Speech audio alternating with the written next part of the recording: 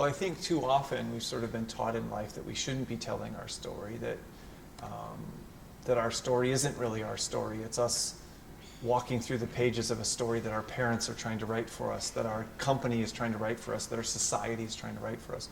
So I think the first thing for people to get comfortable with is that we have a story, and that is a story worth telling, and that story might benefit other people, and that there, as you said earlier, there's highs and lows to that story. There's failures in that story.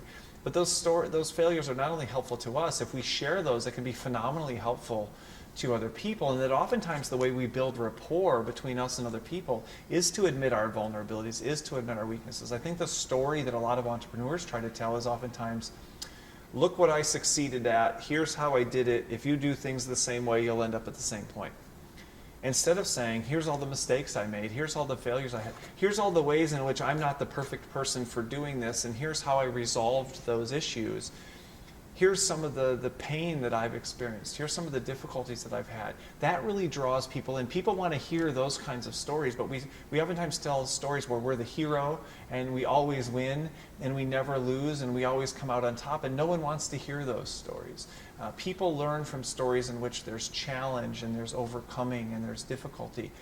And authenticity, I would say. Yeah, well, and that's the authenticity, to be able to say vulnerability and weakness and those kinds of things, instead of thinking, sanitizing the story and making it just a success story. We think those are the stories people want to hear, but that's oftentimes not the whole story. So I think that would be part of it, the authenticity to tell the whole story. And that's one thing I've gotten really comfortable with. Most of my jokes, most of my stories, most of the things that people laugh at are actually things that are wrong with me. My arm doesn't work. It's been damaged in multiple ways. And I tell these stories and people laugh, but they also say, you know what, I'm not perfect either. And Dave's not perfect. And he's not up there trying to sell me perfection.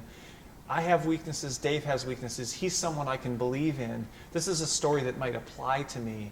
I tell the whole story now, whereas initially that's not sort of your tendency, that's not the natural way to go about things. Thank you very much indeed. Thank you. Real pleasure. Yep.